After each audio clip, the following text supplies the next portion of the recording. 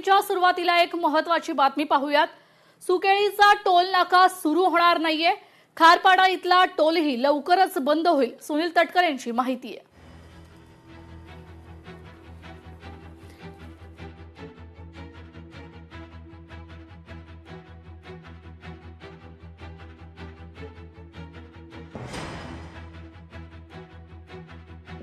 मला वाढलेल्या दराची माहिती नव्हती। मी आज किंवा उद्या गडकरी साहेबांची थेट बोलेन, आपण म्हणता त्यांच्याशी चर्चा करेन।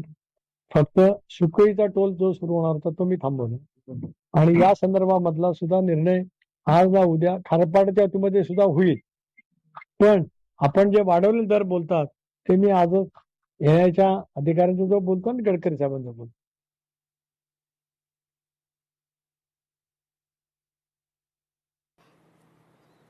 पाहूया पुढील महत्त्वाची बातमी। कल्याणच्या भाजपा जिल्हाध्यक्षांची राज ठाकरेंवर टीका आहे। राज ठाकरेंवरील टीकेला भाजपच्याच पदाधिकाऱ्यांचा विरोध आहे। इतरांना खुश करण्यापेक्षा कार्यकर्त्या जनतेची कामं करा। भाजप पदाधिकारी दुर्गेश बागुलांचं नंदू परबांना खडे बोले।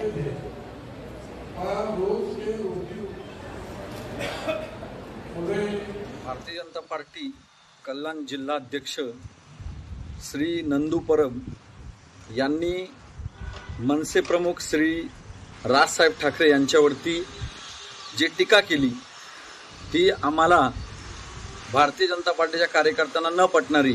म्हणून माझी विनंती आहे सर्व राजकीय लोकांना की लोकांच्या समस्यांवर लक्ष द्या। नंदू परबांच्या वक्तव्याचं आम्ही भारतीय जनता पार्टीचे तळागाळातले कार्यकर्ते यत्किंचितही समर्थन करत नाही। मैं जरूर करता हूं वो तुमसे सीखो कि जिन्होंने राज ठाकरे जा रहा था उसको खाली बोल दिया आके निकलो।